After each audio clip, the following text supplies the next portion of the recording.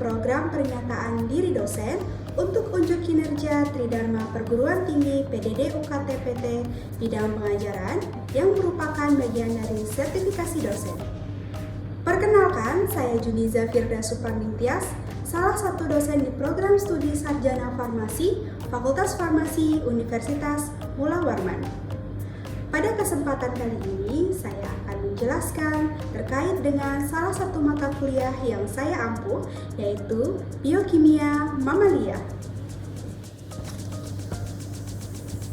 Dalam mendeskripsikan mata kuliah ini, saya menggunakan prinsip DIA, yang merupakan singkatan dari Delivery, Interaction, Assessment. Delivery yaitu cara saya memberikan penyampaian dan pembelajaran kepada mahasiswa. Interaction yaitu cara saya menjalin interaksi dengan mahasiswa. Dan assessment adalah cara saya mengukur kinerja mahasiswa secara objektif dan terstruktur. Mata kuliah Biokimia Mamalia merupakan mata kuliah wajib bagi mahasiswa program studi Sarjana Farmasi pada semester 4. Dengan mata kuliah prasyarat yaitu Kimia Farmasi 1 dan juga Kimia Farmasi 2. Mata kuliah ini memberikan dasar-dasar kepada mahasiswa pendidikan sarjana farmasi mengenai pengetahuan tentang teori, konsep, dan peran molekul bioaktif berupa karbohidrat, lemak, protein, air, vitamin, dan juga mineral. Dalam proses kimia tubuh dan metabolismenya, kemudian proses bioenergetika, konsep dasar dan kinetika enzim, serta metabolisme terintegrasi pada sistem tubuh yang normal, sehingga mahasiswa akan dapat menganalisis sumber yang menjadi penyebab terganggunya fungsi kesehatan manusia.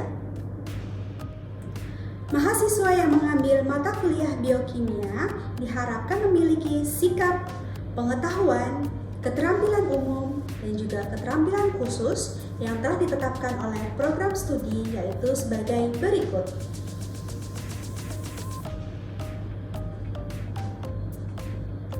Capaian yang diharapkan dari mata kuliah ini atau biasa disebut dengan CPMK, yaitu mahasiswa dapat menganalisis reaksi, mekanisme dan karakteristik molekul bioaktif yang bekerja sebagai pelaku atau aktor dari proses kimia dalam sistem tubuh manusia, yang nantinya menjadi dasar untuk keilmuan farmakologi, farmakokinetika, serta sebagai dasar pencarian agen terapeutik atau diagnostik.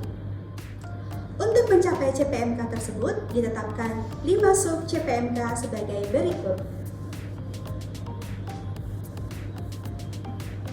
Keseluruhannya kemudian dibagi menjadi 16 kali pertemuan selain UTS atau kuis dan juga UAS. Untuk membuat mata kuliah ini berjalan dengan baik, diperlukan suplemen buku referensi sebagai berikut,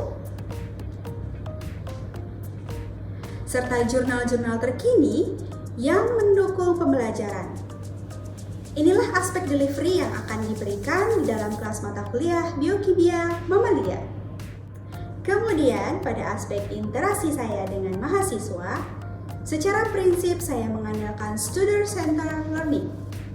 Antara lain yaitu menggunakan teknik kuliah interaktif, di mana dalam pemaparan materi saya menyisipkan beberapa pertanyaan dan memberikan kesempatan kepada beberapa mahasiswa untuk memberikan jawaban kepada sesama mahasiswa. Hal ini dimaksudkan untuk melatih mahasiswa berpikir lebih kritis dan berani menyampaikan pendapatnya. Selanjutnya, teknik lainnya yang saya gunakan yaitu guided inquiry learning, di mana hasil dari pertanyaan-pertanyaan kritis yang muncul tadi kemudian dilakukan penggalian informasi oleh para mahasiswa dan juga mereka analisis untuk selanjutnya dipresentasikan kepada sesama mahasiswa yang kemudian dievaluasi bersama sehingga diperolehlah critical thinking dan juga decision making yang baik. Pemanfaatan teknologi pada mata kuliah ini untuk menunjang interaksi yaitu ada Kahoot, Mentimeter, dan Quizzes yang juga saya gunakan untuk melakukan assessment berupa pretest maupun posttest.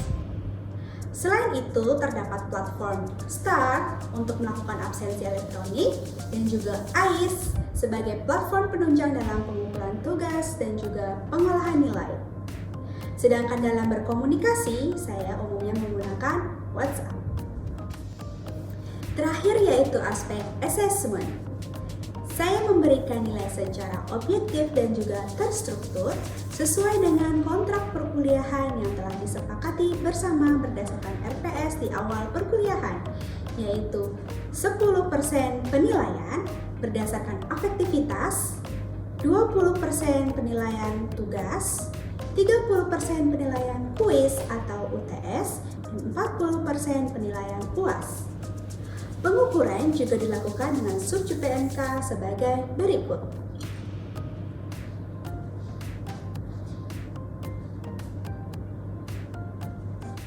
Setelah ini saya akan menampilkan suatu proses pembelajaran yang saya lakukan untuk mata kuliah Biokimia Mamalia. Selamat menyaksikan. Oke, bismillahirrahmanirrahim. Assalamualaikum warahmatullahi wabarakatuh. Waalaikumsalam warahmatullahi wabarakatuh. Siang semuanya. Siang Ibu. Oke, hari ini kita ketemu lagi di mata kuliah Biokimia Mamalia, ya, berkenaan dengan enzim dan hormon di pertemuan ke-15. Nah, sebelum kita mulai, kita buka absen dulu. Silahkan siapkan handphonenya. Saya akan buka kelas Biokimia Mamalia melalui aplikasi STAR. Manusia, ya. Di pertemuan ke-15 ini ada beberapa indikator yang akan dibahas, yaitu menjelaskan pengertian jenis sifat fungsi enzim dalam sistem metabolisme, kemudian menjelaskan pengertian jenis sifat dan fungsi hormon sebagai transduksi sinyal dalam sistem metabolisme, dan yang terakhir adalah mengklasifikasikan bagaimana sih peran enzim dan hormon ini dalam sistem metabolismenya dan bagaimana integrasinya.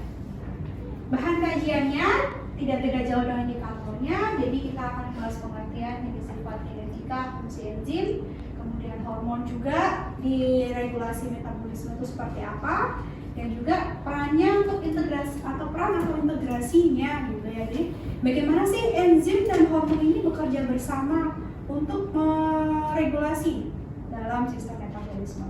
Kemarin sudah belajar ya, kita metabolisme karbohidrat, protein, dan juga lipid ya. Untuk metode pembelajaran, jadi saya tidak hanya akan ceramah, nanti akan ada inquiry learning dengan metode guided inquiry. Jadi nanti saya akan membantu teman-teman yang memiliki pertanyaan-pertanyaan kritis gitu ya. Setelah itu teman-teman akan menggali informasi masing-masing dalam kelompok-kelompok seperti itu, dan juga nanti akan mempresentasikannya.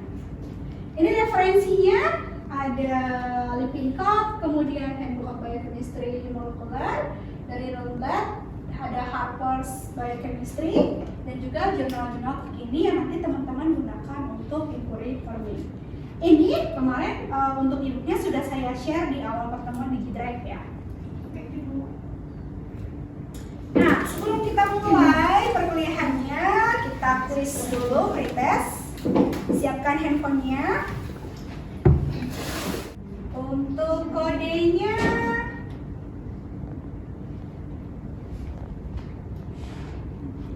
yang ada musiknya rame. Kelihatan ya?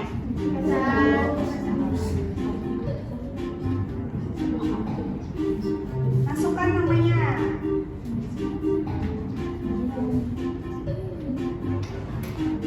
Sudah bisa masuk? Oke, saya mulai. Cepat-cepatan juga, cepat dan benar. Kuis enzim dan hormon.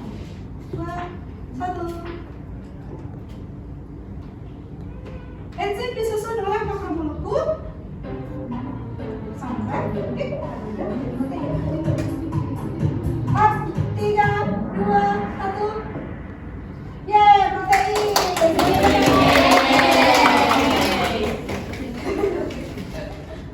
Siapa yang paling tinggi nilainya? Romaria. Romaria. Oke. Saya sudah benar ya. Berarti apakah berarti nggak usah kuliah?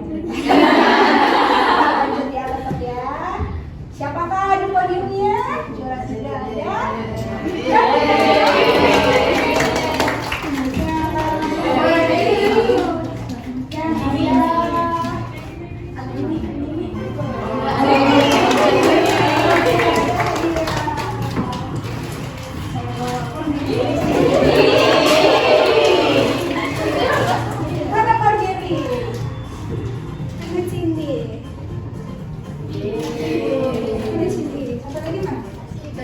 Oh ini, oke.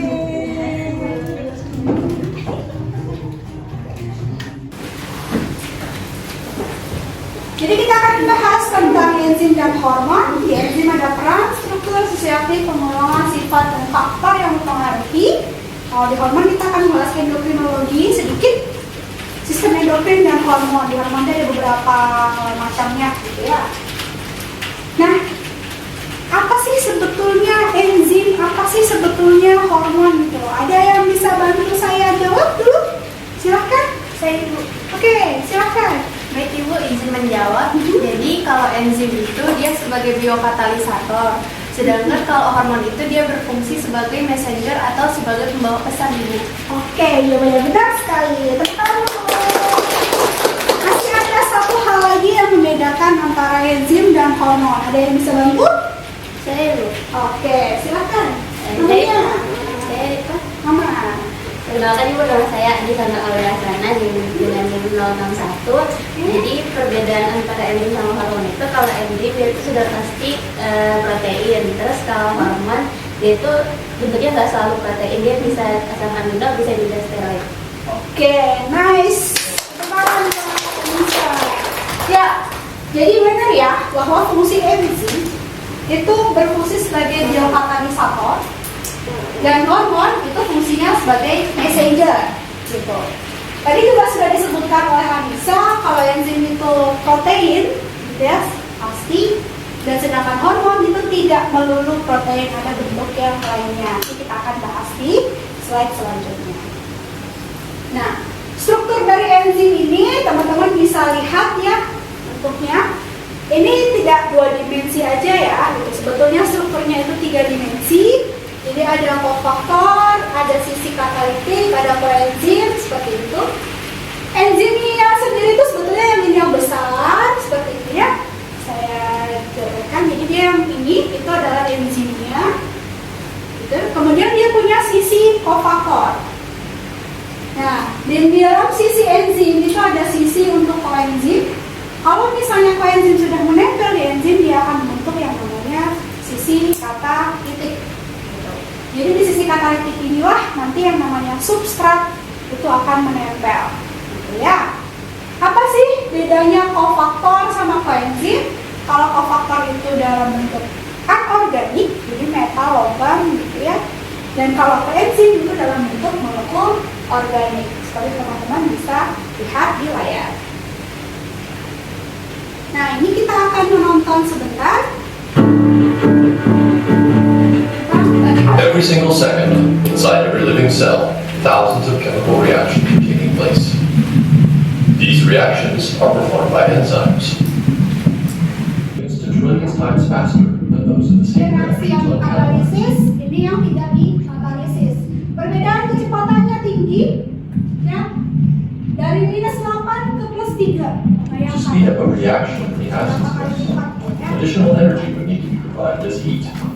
In the active site, some amino acids are perfectly positioned to recognize a substrate and hold it in the optimal position for the reaction to begin. Some amino acids are involved in recognizing and holding the substrate.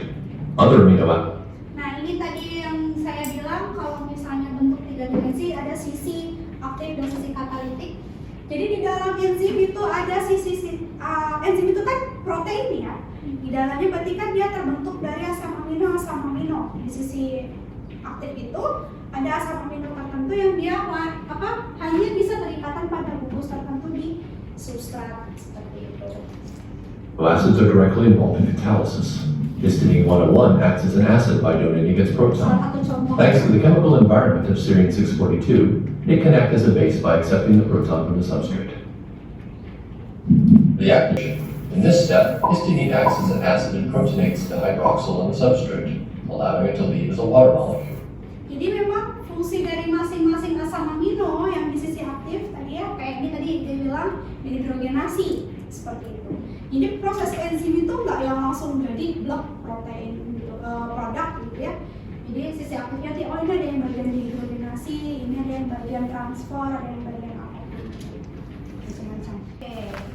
Jadi memang karena posisinya dia mengikuti substratnya, maksudnya mengikuti substratnya itu ada teori yang menyebutkan tentang bahwa enzim ini induced fit. Nanti akan kita bahas di slide selanjutnya. Jadi mungkin teman-teman waktu belajar metabolisme kemarin, kenapa sih kok ini direaksikan sama ini OH-nya diambil dulu, tapi nanti sama enzim ini OH-nya dibalikin lagi, tapi di posisi yang lain. Tadi ya sudah nampak bentuk 3D-nya seperti itu karena memang tujuannya dia untuk membentuk senyawa tertentu. Nah ini tadi cara kerja enzim. Tadi di video dia menyatakan tentang induced fit itu tadi karena tadi si substrat ada yang dia digeser atau diputar gitu ya supaya si enzim bagian sisi aktif asam aminonya itu bisa mereaksikan gugus tertentu. Nah, kalau mungkin teori yang teman-teman sering dengar itu lock and key ya. Jadi kunci dan gemboknya. Udah gitu aja, saklek gitu. Memang ini menjadi teori yang positif. Maksudnya positif di sini adalah menyatakan bahwa enzim itu spesifik terhadap substrat satu atau substrat tertentu saja gitu. Tapi memang kelemahan dari teori lock and key ini, gimana kalau misalnya ada inhibitor? Inhibitor kan ada yang bentuknya tidak mirip banget dengan substrat gitu. Ya. Kemudian penggolongan enzim, mungkin teman-teman sering dengar ya ada suatu senyawa belakangnya ase. Jadi yang belakangnya ase itu sudah pasti enzim. Itu secara nomenklaturnya memang seperti itu. Terus bagian depannya itu biasanya nama substratnya. Misalnya amilase, berarti substratnya adalah amilo. Ya. Kemudian penggolongan enzim berdasarkan penomoran Komite Enzim Internasional atau ISI itu dia ada 6. Jadi ada 16. Ya. Nah, nanti itu ada sub-sub kelasnya gitu ya macam-macam. Jadi ada EC 1 titik sekian seperti itu. Nah, kelas itu apa aja sih? Yang kelas pertama oksidoredutase, jadi isi 1 titik. Jadi di dalam oksidoredutase itu ada dihidrogenase, ada hidrogenase, hidrosilase dan lain sebagainya. Jadi di sini maksudnya apa? Oksidoreduktase, berarti ada oksidasi, ada reduksi, reaksinya itu ya, reaksi redoks. Kemudian yang kedua itu transferase, ya isi 2. Ini urut ya, urut. Kalau di internasional penomorannya ini urut. Jadi yang pertama oksido, yang kedua transfer. Nah, transferase berarti dia adalah mentransfer, memindahkan gugus. Mungkin ada yang fosfat dari ATP, ADP seperti itu dan lain sebagainya ya. Jadi gugus fosfatnya dipindahkan. Yang ketiga ada hidrolase. Hidrolase berarti dia ada hubungannya dengan air, gitu ya. Dia menghilangkan molekul OH sehingga terbentuk H2O. Dan yang keempat ada liase. Liase itu berarti memisahkan. Yes, memisahkan. Yang awalnya bentuknya AB dia akan terpisah jadi 2 gugus A dan B. Itu liase. Pasangannya liase, bukan pasangan, tapi kebalikannya itu adalah ligase, tapi dia masuk dalam kelompok 6. Jadi ligase itu menggabungkan, jadi AB digabung jadi AB yang satu ini. Nah yang kelima itu isomerase. Mungkin teman-teman pernah lihat ada yang mirip ya antara misalnya glukos dengan maltose dan lain sebagainya hubungannya. Jadi kayak dipindahin aja gugusnya nih, kemudian nanti dia jadi isomernya atau jadi kayak pencerminannya gitu ya. Kemudian sifat-sifat enzim. Jadi enzim ini bekerja khusus pada substrat tertentu. Tadi sudah jelas karena dia bentuknya induced fit. Ada asam amino yang hanya bisa mengenali gugus tertentu, gitu ya. Jadi di sini ada contohnya enzim amilase.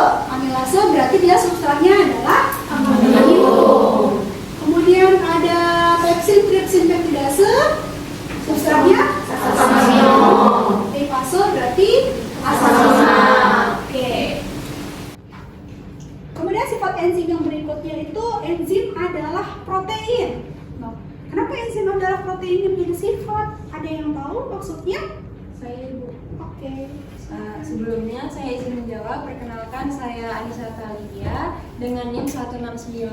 Jadi enzim itu adalah protein. Nah, protein sendiri itu dia memiliki sifat khusus, struktur khusus yang terdiri dari primer, sekunder, tersier, sama kuarterner. Kalau primer sendiri itu dia bentuknya linier yang hanya terdiri dari ikatan peptida aja. Terus kalau yang sekunder dia ada konformasi antara rantai polipeptida yang terdiri dari alpha helix sama beta shear. Sedangkan yang tersier itu dia interaksi antara alpha helix sama beta shear yang dia tuh mendukung yang sekunder itu untuk terbentuk 3 dimensi seperti yang ada di slide. Terus yang terakhir itu dia ada quaternar. Dia itu terdiri dari 2 sub yang tergabungkan. Nah, 2 sub itu dia harus lengkap. Kenapa lengkap? Kalau misalkan dia nggak lengkap, dia dapat mengubah dari fungsi protein itu sendiri. Oke, terima kasih Briatofu.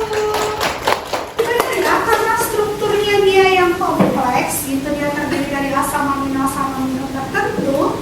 Jika terjadi mutasi, itu akan mempengaruhi struktur sekundernya alpha sheet atau alpha helix atau beta sheetnya. Mau nggak mau dia akan ngefek ke struktur di atasnya. Kayak gitu. Kalau strukturnya berubah, harusnya sisi aktifnya di luar, dia jadi ke dalam, otomatis dia tidak akan bisa bekerja seperti itu. Oke, kita lanjut ya. Kita akan bahas endokrinologi dan sistem endokrin. Kalau ngomongin endokrinologi, saya nggak akan bahas banyak karena teman-teman sudah dapat di biomedis ya. Jadi endokrinologi teman-teman sudah tahu dia adalah ilmu yang mempelajari tentang sistem endokrin, yaitu hormon. Ya. Jadi kerja endokrin, teman-teman tahu ini sudah khatam ya di biomedis ya. Gitu. Jadi saya tidak akan membahas satu-satu, saya hanya akan fokus di bagian struktur dan mekanisme hormon itu bekerja. Ya. Jadi hormon itu artinya itu membuat gerak atau membangkitkan. Gitu ya. Jadi membangkitkan karena apa? Karena dia memberikan pesan seperti apa nih? Positif kah? Negatif kah? Gitu ya. Perihalnya kayaknya teman-teman dapat paket gitu kan, langsung gecek gitu. Ya sama halnya dengan hormon itu kayak si tukang paket tadi. Gitu. Kemudian klasifikasi hormon itu ada dari polipeptida atau protein, steroid, dan juga amin. Protein jelas tadi sudah disampaikan oleh rekan kita. Jadi tidak semua hormon itu adalah protein, gitu ya. Kemudian steroid itu berarti dia turunan dari lipid, dan yang terakhir amin ini berarti dia adalah turunan dari asam amino. Ada yang mau ditanyakan dulu di sini? Saya Iya, silakan. izin bertanya Bu, jadi di situ kan tadi ada hormon steroid. Jadi yang saya mau tanyakan itu apa sih contoh dari hormon steroid itu Bu? Contoh dari hormon steroid. Ada yang tahu? Ya, Bu. Oke, siapa namanya? Nama saya Alsira Fatimah Pertama, NIM-nya 03. Jadi contoh dari hormon steroid itu ada hormon kortisol yang dihasilkan oleh kelenjar adrenal, ada hormon aldosteron yang dihasilkan oleh kelenjar pankreas, dan ada hormon testosteron yang dihasilkan oleh alat reproduksi. Oke, bagaimana? Sudah terjawab? Iya Bu, sudah. Oke, terima kasih. Nah, dari regulasi tadi, gitu ya, bagaimana dia berjalan, kemudian menemukan targetnya, itu ada beberapa efek dari mekanismenya. Ini ada 3 macam nih. Kira-kira ada yang bisa menjelaskan gambar ini? Oke, maju, boleh? Silahkan. Izin menjawab. Sebelumnya perkenalkan, nama saya Cantika Febriani dengan NIM 024. Jadi dari mekanisme kerja hormon ini dibagi jadi 3. Yang pertama endokrin, parakrin, sama autokrin. Jadi bisa dilihat dari gambar, untuk yang endokrin itu targetnya jauh dari penghasilnya. Lalu untuk yang parakrin itu targetnya berada di sebelahnya atau di tetangganya. Lalu untuk yang autokrin dia targetnya ke kepada dirinya sendiri, artinya dia meregulasi dirinya sendiri. Oke, siapa namanya? Cantika, Bu. Cantika. Oke, terima kasih Cantika. Oke. Nah, kelompok hormon ini ada dua macam, grup 1, grup 2. Grup 1 larut dalam lemak, yang grup kedua larut dalam air. Kalau larut dalam lemak, otomatis dia targetnya reseptor biasanya ada di dalam sel. Karena apa? Sel membrannya itu terdiri dari lipid. Nice. Kalau misalnya yang kelompok 2 itu tadi dia soluble air, jadi larut dalam air, otomatis target reseptornya itu ada di membran sel. Seperti itu ya. Ada yang perlu tanyakan dulu? Silakan. Sebelumnya perkenalkan, nama saya Karnadian Cahyawandari dengan NIM 117. Jadi kan tadi ada hubungannya antara hormon terkait regulasi hormon. Pertanyaan saya, apa saja contoh hormon yang meregulasi metabolisme? Nah, pertanyaan yang kritis karena memang tujuan perkuliahan ini kita regulasi gimana sih? Gitu ya. Jadi hormon enzim ini ngapain nanti? Metabolisme. Ada yang bisa jawab? Oke, siapa namanya? Ibu izin menjawab, perkenalkan nama saya Nanda Ilan Putri Natasha dengan NIM 149. Jadi contoh hormon yang meregulasi metabolisme itu seperti insulin yang berperan untuk mengatur kadar glukosa dalam darah, dan ada glukagon yang berfungsi untuk meningkatkan kadar glukosa dalam darah, dan kortisol sebagai hormon stres. Oke, thank you Nanda. Oke, ada yang bisa menyimpulkan pertemuan hari ini? Saya Ibu. Oke, silahkan. Jadi perkenalkan, nama saya Alia Dava dengan NIM 087. Jadi saya akan menjelaskan tentang enzim, Bu. Nah, enzim adalah protein yang berperan sebagai biokatalisator. Terus, enzim ini memiliki struktur yang terdiri dari kofaktor, koenzim, dan sisi aktifnya. Untuk penggolongannya sendiri itu terbagi menjadi 6. Ada oksidoreduktase, ada transferase, ada hidrolase. Jadi kalau hormon sendiri itu adalah pembawa pesan kimiawi antar sel atau antar kelompok sel. Kemudian hormon itu diklasifikasikan menjadi 3 bagian. Yang pertama ada polipeptida, itu turunan protein, contohnya kayak insulin, glukagon. Kemudian ada steroid, ini turunan lipid, contohnya ada kortisol, estrogen, progesteron. Kemudian ada amin, ini turunan asam amino, itu contohnya serotonin dan dopamin.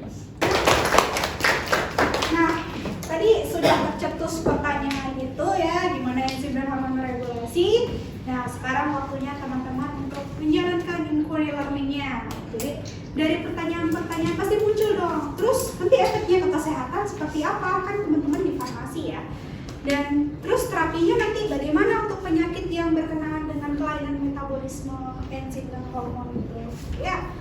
Jadi saya persilakan teman-teman untuk berkumpul dengan kelompoknya gitu ya untuk membahas terkait pertanyaan itu. Silakan.